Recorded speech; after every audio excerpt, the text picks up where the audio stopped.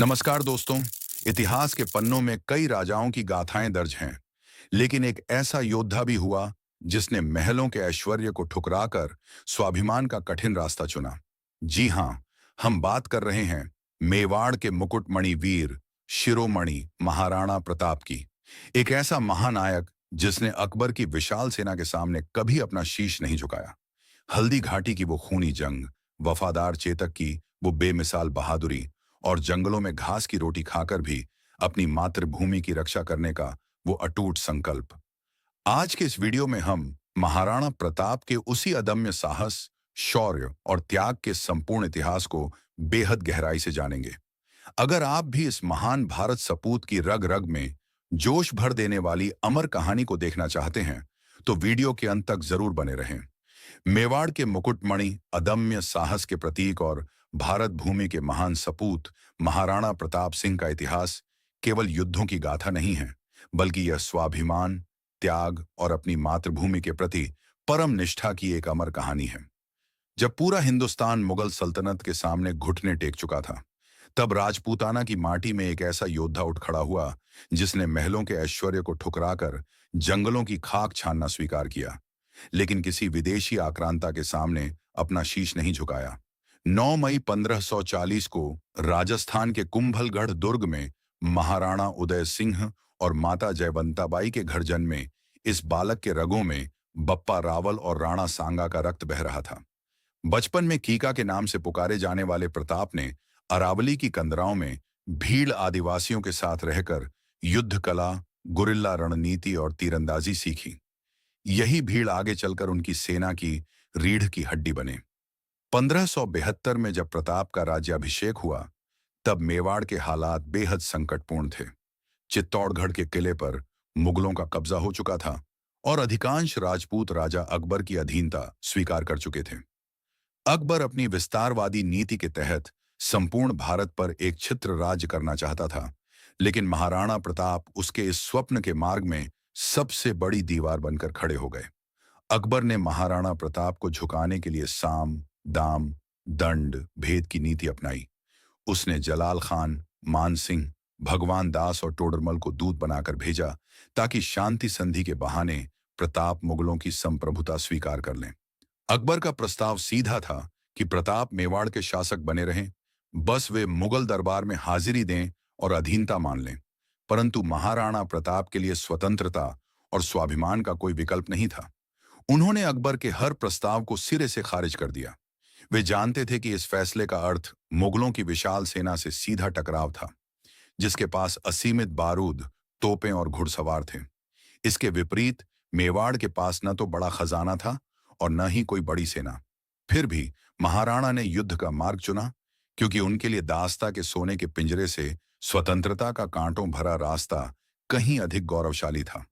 इसी वैचारिक और सैन्य टकराव की परिणति 18 जून 1576 को इतिहास के सबसे भीषण और रक्त रंजित युद्ध के रूप में हुई, जिसे हल्दी घाटी का युद्ध कहा जाता है। अरावली की तंग वादियों में स्थित हल्दी घाटी की पीली मिट्टी लाल खून से सनने वाली थी।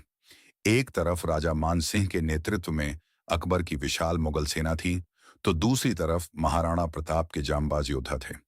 इस युद्ध में जाति और धर्म की दीवारें टूट चुकी थीं, क्योंकि महाराणा प्रताप की सेना के अग्रभाग का नेतृत्व अफगान योद्धा हकीम खान सूरी कर रहे थे, जबकि मुगल सेना की तरफ से राजपूत राजा लड़ रहे थे। युद्ध का दृश्य अत्यंत भयानक था। महाराणा प्रताप अपने प्रिय और पराक्रमी घोड़े चेतक पर सवार होकर रणभूमि में साक्षात काल की तरह उतर पड़े। उन्होंने मुगल सेना को चीरते हुए सीधे मानसिंह के हाथी पर हमला बोल दिया। चेतक ने अपने पैर हाथी के मस्तक पर टिका दिए और प्रताप ने पूरी ताकत से मानसिंह पर भाले से प्रहार किया। मानसिंह तो हौदे में छिपकर बच गया, लेकिन उसका महावत मारा गया। इसी दौरान हाथी की सूंड में बंधी जहरीली तलवार से चेतक का एक पैर गंभीर रूप से घायल हो गया। मुगल सेना ने महाराणा को चारों तरफ से घेर लिया। मेवाड़ का अस्तित्व खतरे में देखकर सादड़ी के झाला मन्ना, झाला बीदा ने तुरंत महाराणा के मस्तक से राजकीय छत्र उतारकर अपने सिर पर रख लिया और प्रताप को युद्ध भूमि से सुरक्षित बाहर जाने का आग्रह किया। मुगलों ने झाला मन्ना को ही महाराणा प्रताप समझ लिया और उन पर टूट पड़े। झाला मन्ना ने वीरतापूर्वक लड़ते हुए वीर गति पाई, लेकिन उन्होंने अपने स्वामी को सुरक्षित बचा लिया। घायल चेतक अपने स्वामी को लेकर रणभूमि से भागा। रास्ते में पड़ने वाले एक 22 फीट चौड़े बरसाती नाले को चेतक ने एक ही छलांग में पार कर लिया, जिसे पार करना मुगल घुड़सवारों के बस की बात नहीं थी। नाला पार करते ही इस वफादार अश्व ने अपने प्राण त्याग दिए। महाराणा प्रताप के जीवन में चेतक का स्थान एक सगे भाई की तरह था। उसकी मृत्यु पर वे फूट फूट कर रोए थे। आज भी हल्दी घाटी में चेतक की समाधि उस बेमिसाल वफादारी की गवाही देती है। हल्दी घाटी के युद्ध के बाद महाराणा प्रताप का जीवन और भी कठिन हो गया। अकबर का मानना था कि युद्ध के बाद प्रताप टूट जाएंगे, लेकिन प्रताप का संकल्प और दृढ़ हो गया। उन्होंने अरावली के जंगलों और पहाड़ों को अपना ठिकाना बनाया। उन्होंने प्रतिज्ञा की कि जब तक वे चित्तौड़गढ़ को वापस स्वतंत्र नहीं करा लेते, तब तक वे सोने चांदी के बर्तनों में भोजन नहीं करेंगे, महलों में नहीं सोएंगे और घास के बिछौने पर सोएंगे। महाराणा का परिवार जंगलों में भयंकर अभावों के बीच रहा। इतिहास में उल्लेख मिलता है कि एक बार मुगलों से छिपते समय उनकी भूखी संतान के हाथ से एक जंगली बिलाव घास की रोटी छीनकर भाग गया, जिससे विचलित होकर महाराणा की आंखों में आंसू आ गए थे। लेकिन इन विपरीत परिस्थितियों में भी उनका हौसला नहीं डिगा। जब मेवाड़ का राजकोष पूरी तरह खाली हो चुका था और सेना का पुनर्गठन असंभव लग रहा था, तब महाराणा के परम भक्त और मंत्री भामाशाह आगे आए। भामाशाह ने अपनी जीवन भर की गाढ़ी कमाई और पूर्वजों की संचित संपत्ति महाराणा के चरणों में अर्पित कर दी। यह इतनी विशाल धनराशि थी कि इससे 25,000 सैनिकों का खर्च 12 वर्षों तक उठाया जा सकता था। भामाशाह के इस अभूतपूर्व दान ने महाराणा प्रताप की भुजाओं को फिर से शक्ति दे दी। उन्होंने भीलों, स्थानीय राजपूतों और निष्ठावान सैनिकों को मिलाकर एक नई सेना खड़ी की और छापामार गुरिल्ला युद्ध पद्धति को और तेज कर दिया। मुगलों के खिलाफ इस संघर्ष की अगली बड़ी कड़ी 1582 में दिवेर का युद्ध बनी। इस युद्ध को कर्नल जेम्स टॉड ने मेवाड़ का मैराथन कहा है। दिवेर के युद्ध में महाराणा प्रताप और उनके पराक्रमी पुत्र अमर सिंह ने मुगल चौकियों पर भीषण आक्रमण किया। इस युद्ध में प्रताप के शौर्य का ऐसा प्रदर्शन देखने को मिला जिसने मुगलों के भीतर खौफ भर दिया। युद्ध के मैदान में महाराणा ने मुगल सेनापति बहलोल खान पर अपनी तलवार से ऐसा जोरदार प्रहार किया कि बहलोल खान के टोप और बख्तरबंद को काटते हुए तलवार उसके घोड़े सहित 2 टुकड़ों में चीरती चली गई। अमर सिंह ने भी मुगल सुल्तान खान को अपने भाले के एक ही प्रहार से घोड़े समेत जमीन में गाड़ दिया। इस भयंकर पराजय से मुगल सेना के पैर उखड़ गए और दिवेर के युद्ध ने मुगलों के अजेय होने के भ्रम को हमेशा के लिए तोड़ दिया।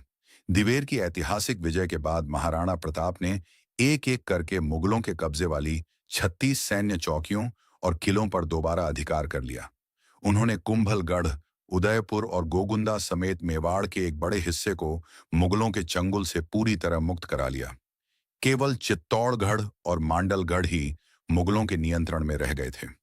महाराणा ने छावंड को अपनी नई राजधानी बनाया और वहां सुशासन की स्थापना की। जीवन के अंतिम वर्षों में वे मेवाड़ के पुनर्निर्माण, कृषि के विकास और कला संस्कृति को बढ़ावा देने में जुट गए। अकबर ने महाराणा प्रताप को पकड़ने या झुकाने के लिए जितने भी सैन्य अभियान भेजे थे, वे सब पूरी तरह विफल साबित हुए। महाराणा प्रताप का खौफ मुगलों के दिलों में इस कदर बैठ चुका था कि अकबर खुद कभी उनके सामने युद्ध लड़ने नहीं आया। 29 जनवरी 1597 को छावंड में एक दुर्घटना के दौरान धनुष की प्रत्यंचा खींचते समय महाराणा प्रताप को गहरी आंतरिक चोट आई, जिसके कारण 56 वर्ष की आयु में इस महान महानायक ने अंतिम सांस ली। अपनी मृत्यु शैया पर भी उन्होंने अपने सरदारों से यह वचन लिया कि वे कभी भी मेवाड़ की भूमि मुगलों के हाथ में नहीं जाने देंगे और स्वतंत्रता के संघर्ष को जारी रखेंगे। कहा जाता है कि जब महाराणा प्रताप के निधन का समाचार मुगल दरबार में अकबर तक पहुंचा, तो अकबर की आंखें भी नम हो गई थीं। अकबर के दरबारी कवि दुरसा आढ़ा ने लिखा कि महाराणा की मृत्यु पर अकबर ने अपनी जीभ दांतों के नीचे दबा ली और उसकी आंखों से आंसू निकल आए, क्योंकि प्रताप ने कभी अपने घोड़े को मुगल दाग से नहीं दागने दिया, कभी अपनी पगड़ी अकबर के सामने नहीं झुकाई और अपने स्वाभिमान को हमेशा सर्वोपरि रखा। महाराणा प्रताप का जीवन हमें सिखाता है कि परिस्थितियां चाहे कितनी भी विपरीत हों, संसाधनों की कितनी भी कमी हो, यदि मन में दृढ़ संकल्प और अपनी माटी के प्रति सच्चा प्रेम हो, तो दुनिया की कोई भी बड़ी ताकत आपको झुका नहीं सकती। वे आज भी हर भारतवासी के हृदय में एक अमर ज्योति की तरह प्रज्वलित हैं।